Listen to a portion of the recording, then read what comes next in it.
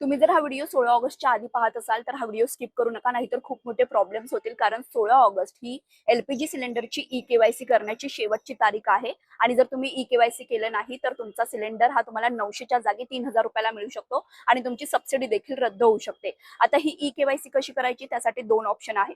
तुम्ही तुमच्या गॅस एजन्सीच्या ऑफिसमध्ये जाऊन ई-केवायसी करा आणि दुसरं म्हणजे ऑनलाईन. आता ऑनलाईन पद्धतीने कशी करायची, तर त्यासाठी तुम्हाला तुमच्या मोबाईलमध्ये 2 ॲप डाउनलोड करावं लागेल. एक तर आधार फेस आरडी नावाचं एक ॲप आहे, ते तुम्हाला डाउनलोड करावं लागेल आणि दुसरं म्हणजे तुमचा गॅस कुठल्या कंपनीचा आहे त्या कंपनीचं ॲप तुम्हाला मोबाईलमध्ये डाउनलोड करावं लागेल. आता काय करायचंय, त्या कंपनीचं ॲप डाउनलोड केलंय ते ऑन करा. त्यामध्ये तुमचा गॅस ज्या नंबरवर बुक आहे तो नंबर त्यामध्ये टाका आणि लॉग इन करा. लॉग इन केल्यावर तुम्हाला तिथे ई-केवायसीचं ऑप्शन मिळेल.